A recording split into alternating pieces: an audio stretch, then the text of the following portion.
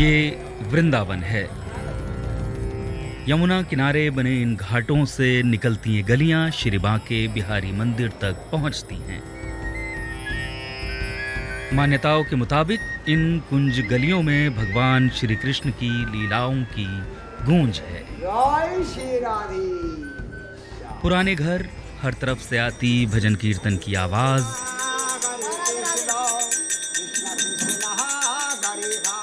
और भक्ति में लीन श्रद्धालु। ये इस शहर की सिर्फ पहचान ही नहीं बल्कि सदियों से चली आ रही सांस्कृतिक विरासत भी है। ये कृष्ण ने यहाँ रास लीला करी है। वो कहते हैं कि हे उदो मुझे ब्रज बिसरत न आए। मैं आप ब्रज को भूल नहीं सकता हूँ। ब्रज ये प्राचीन छोटी छोटी गलियां हैं जिससे भगवान जाते थे, वो आज सब लुप्त होती जा रही हैं। रोजाना हजारों भक्त इन्हीं पतली गलियों से होकर श्री बांके बिहारी मंदिर तक पहुंचते हैं। लेकिन अब यहाँ प्रस्तावित भव्य कॉरिडोर से वृंदावन का यह स्वरूप बदल जाएगा।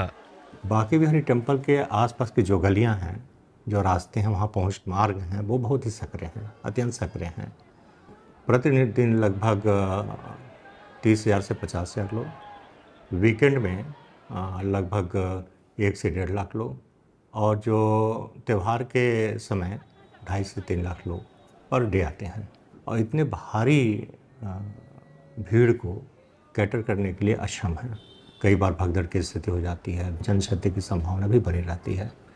ऐसी स्थिति में वहाँ पे एक विकल्प, जो सबसे अच्छा विकल्प हो सकता है, उसकी परिकल्पना की गई, जो कॉरिडोर के रूप में हो सकता है। 15 से 20,000 लोग वहाँ पे एक साथ खड़े हो सकते हैं, रुक सकते हैं, होल्ड हो सकते हैं। इसके अलावा वहाँ पे दुकानें हैं, हेल्थ फैसिलिटी है, सिक्योरिटी की फैसिलिटी है। वहीं स्थानीय लोगों की आशंका है कि कॉरिडोर से वृंदावन की सांस्कृतिक पहचान और विरासत मिट जाएगी। सरकार पुरानी प्राचीन चीज़ों को संरक्षण करती है। ऐसे हमारा ये बिहारी जी के पास ही ये प्राचीन घर है, तो मैं तो ये कहती हूँ कि ये भी इसको हेरिटेज बनाए, इसको संरक्षण करे और इसको रख रखाव करे ढंग से। हमें यहाँ से बेघर ना करे इस घर से। जब मैं घर से निकलता हूँ, राधे राधे बोलता हूँ, कुंज गली में राधे राधे। मुझे अपनी इस ब्रज की मट्टी से प्यार है, स्नेह है, और इसको कैसे छोड़ दूँ मैं।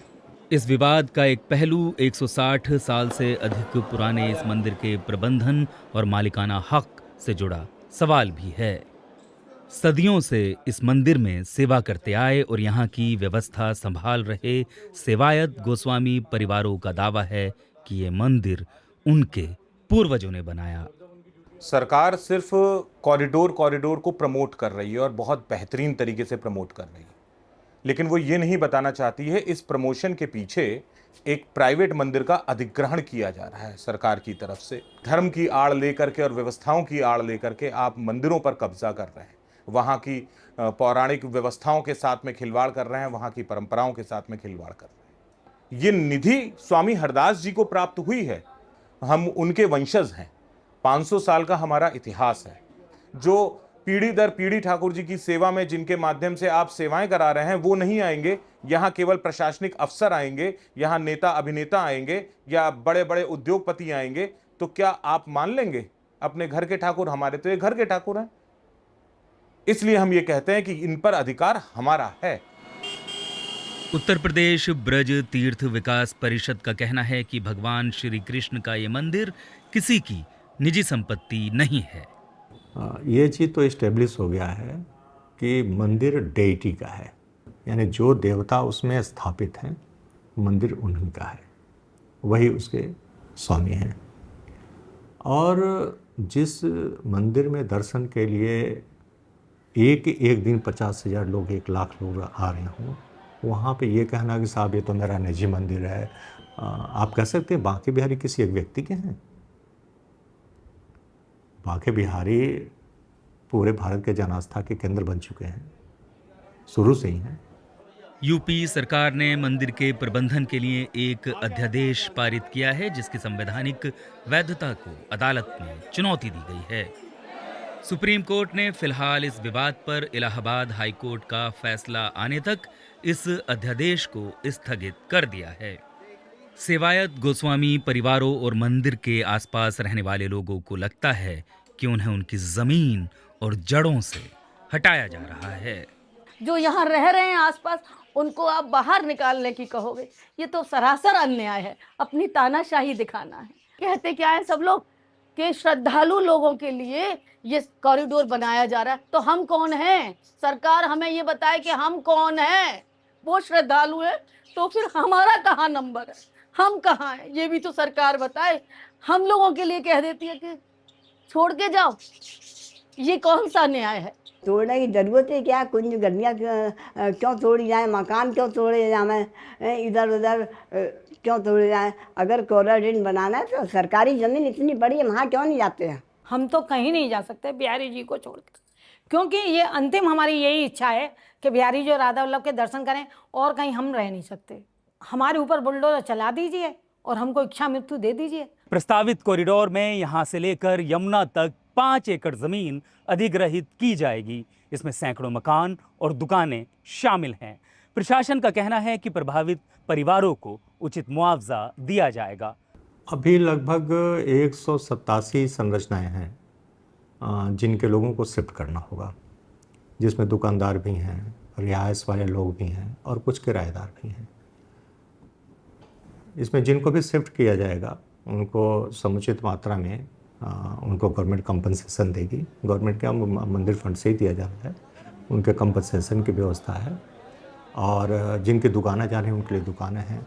इवन जिनके पास कोई वैकल्पिक आवास नहीं है उनके लिए भी हम लोग नो प्रॉफिट नो लॉस पर प्राप्त कर मकान देने की तैयारी किया हुआ है। लेकिन जिन लोगों के घर और दुकानें इस कॉरिडोर के लिए तोड़ दिए जाएंगे, उनका कहना है कोई भी मुआवजा उनके नुकसान की भरपाई नहीं कर सकता। हमें 100 गुना मुआवजा भी देना फ्लैट दें, वो भी भरपाई नहीं कर पाया। जो ब्रज में भगवान के सामने, हम ब्रज में रह रहे हैं बिहार जी के सामने, कहते हैं ना, राधा तू बड़े भागनी कौन तपस्या कीन, 3 लोग तारे तरह वो तेरे अधीन। वो कृष्ण भगवान की हम पूजा पाठ करते हैं, रोज़ आरती जाते हैं भगवान की, घर घर में मंदिर हैं, और उनसे ही हमें छुड़ा रहे हैं, ब्रज से हटा रहे हैं। लोग दुनिया के ब्रज में बसने आ रहे हैं और हम यहाँ के ब्रजवासी जो रह रहे हैं, जो कल्पना भी नहीं की थी कि हमें कभी यहाँ से उखड़ना पड़ेगा, आज हमें मजबूर होना पड़ रहा है। हमारे पुरखे यहीं पर रहते थे, यहीं से गए हैं, तो हमारी इच्छा भी है कि हम इतने बड़े हो गए 85 साल के, 80 साल के, तो हम भी यहीं से जाना चाहते हैं। सबकी जाएंगी दुकानें, सबके पेट पर रोजी रोटी पे लात लगेगी और कुछ नहीं होगा। भाई बड़े आदमी को तो बड़ा आदमी बनाएंगे जी, और गरीब को और मारेंगे कि मर जा जल्दी जमनाज में डूब के। आज तक सरकार ने नहीं बतलाया कि हम जीतेंगे, और कॉरिडोर कहाँ से, कौन सी सड़क कहाँ से निकलेगी जी भी नहीं बतलाया। ये खाली कॉरिडोर हल्ला मच रहा है बस। श्री बांके बिहारी मंदिर के बैंक खाते में सैकड़ों करोड़ रुपए हैं। सरकार इसी फंड का इस्तेमाल जमीन अधिग्रहण और कॉरिडोर के निर्माण में करना चाहती है। सुप्रीम कोर्ट ने इसी साल मई में यूपी सरकार को मंदिर फंड के 500 करोड़ रुपए का इस्तेमाल जमीन खरीदने और कॉरिडोर का निर्माण करने की अनुमति दी थी।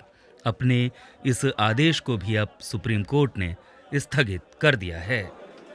आज इस मंदिर का वैभव थोड़ा बढ़ गया तो यहां पर अनियमितता दिखा करके आप मंदिर का अधिग्रहण कर लेंगे। क्यों करेंगे भाई अधिग्रहण? वृंदावन के अंदर 6000 मंदिर हैं, मंदिरों का शहर कहा जाता है। ये मंदिर लोगों के घरों तक में है, जिनका पुराना इतिहास है। बहुत से ऐसे मंदिर हैं जहां पर दीपक राग की व्यवस्था नहीं है। क्या सरकार ने उन मंदिरों का अधिग्रहण किया? केवल उन्हीं मंदिरों पर आपका जो है नैतिक जिम्मेदारी बनती है जहां पर जो है लोगों का आवागमन बढ़ जाता है, जहां पर जो है उनके अकाउंटों में 300 करोड़ रुपए आ जाते हैं। इस 300 करोड़ पर नीयत खराब हो रही है। एक तरफ वृंदावन की सांस्कृतिक पहचान और पुराना स्वरूप है, तो दूसरी तरफ लगातार यहाँ आने वाले श्रद्धालुओं की बढ़ती तादाद और उन्हें सुविधा मुहैया कराने का दबाव है। भाई इतनी भीड़ ना हो, आराम से दर्शन हो सबके, बस ये चाहते हैं। अंदर सब जगह का भीड़ जाके एक जगह जमा हो रहा है, वहाँ पे दर्शनार्थियों को थोड़ा प्रॉब्लम होता है। उल्टी आ जाती है लोगों को, भीड़ ज़्यादा होती है, निकल नहीं पाते लोग, तो सुविधा तो होनी चाहिए। कॉरिडोर लेके तो ये पूरा चौड़ा हो जाएगा, पर इससे ये हो जाएगा, कुंज गली खत्म हो जाएगा। जो रस है ना वो खत्म हो जाएगा। भाई कुंज गलियों में ठाकुर जी यहाँ पे हाथ लगाया, यहाँ पे हाथ लगाया, वहाँ पे हाथ लगाया, सब ठाकुर जी की लीला है। आप इनको तुरवाओगे तो रस नहीं बढ़ेगा, आनंद नहीं आ पाएगा। वृंदावन की गलियों में इन दिनों विकास और विरासत के बीच संतुलन की लड़ाई जारी है। विरासत अक्षुण्ण रहे और सुविधा से सब काम हो जाए, दोनों को सामंजस्य में ला के चलना चाहिए। सरकार कुछ गुणात्मक परिवर्तन चाहती है तो उनके साथ मिल करके सामंजस्य से दोनों मिल करके और जो ठीक हो उस पर निर्णय करें। प्रभात कुमार के साथ दिलनवाज पाशा, BBC वृंदावन।